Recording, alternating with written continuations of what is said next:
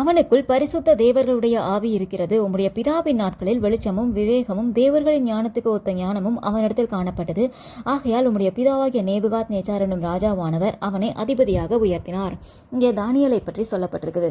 Daniel சிறை கைதிகள் நிறைய பேரை நேபுகாத் நேச்சார் பிடித்து கொண்டு வந்திருப்பார்ல, அதில் ஒரு சில தானியலும் அவருடைய நண்பர்களும் சிறை கைதிகளாக இந்த தேசத்துக்கு வந்து சேர்ந்திருப்பாங்க. நேபுகாத் நேச்சார் சிறை கைதிகளாக இருந்தாலும் அவர்களுக்குள்ள திறமை இருந்தால் என்னுடைய தேசத்துக்கு அவங்கள ஆளுகையில் நான் அவங்களை யூஸ் பண்ணுறேன்னு சொல்லியிருப்பாரு. அவங்க வரலான்னு சொல்லி நினைச்சும் போது தன்னுடைய தேசத்துக்காக அவர் எடுத்த ஒரு சில திட்டங்களில் தானியல் முன்னிலைமையில் ஒரு அதிபதியாக உயர்ந்திருப்பார். ஏன் தானியல் உயர்த்தப்படணும் நீங்கள் யோசிச்சு பாருங்க.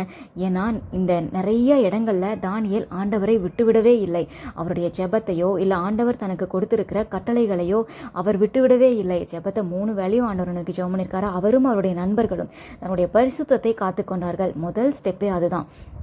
அவர்கள் அந்த அசுத்தமான காரியங்களுக்கு அவங்க போகலை. என்னதான் ராஜா கட்டளை கொடுத்திருந்தாலும் அவர் அதை எதிர்த்து பேசாமல் பொலைட்டாக சொல்லியிருப்பார். எங்களை நீங்கள் சோதிச்சு பார்க்கலாம் அப்படின்னு சொல்லி ரொம்ப பொலைட்டாக சொல்லியிருப்பார். இன்றைக்கி நீங்களும் உங்களுக்கும் உங்கள் நண்பர்கள் மூலமாக இல்லை யாராவது ஒருவர் மூலமாக சோதனைகள் வரலாம். நீங்கள் தானியலை போல பொலைட்டாக சொல்ல கற்றுக்கொள்ளுங்கள். எனக்கு இது வேண்டாம், இது எனக்கு பிரியமில்லாது, என் ஆண்டவருக்கு பிரியமில்லாது, இதை நான் செய்ய மாட்டேன்னு சொல்லி நீங்கள் உங்களுடைய ரைட்ஸ். இது நான் என்னை பரிசுத்தமாக காத்துக்கொள்வேன், நான் என்னை பாவத்துக்கு உட்படுத்த மாட்டேன் அப்படின்னு நீங்கள் சொல்லலாம். பொலைட்டாக சொல்லலாம், அது தவறில்லை. தானியலை போல நீங்களும் உங்கள் பரிசுத்தத்தை காத்துக்கொள்ளுங்கள். கூட இருக்கிற நண்பர்களையும் நீங்கள் காப்பாற்றணும். அவங்கள விட்டுட்டா அந்த ஆத்துமா எங்கே போகும்? அதுக்கு யார் இருக்கா? நீங்கள் காத்துக்கொள்ளுங்கள்.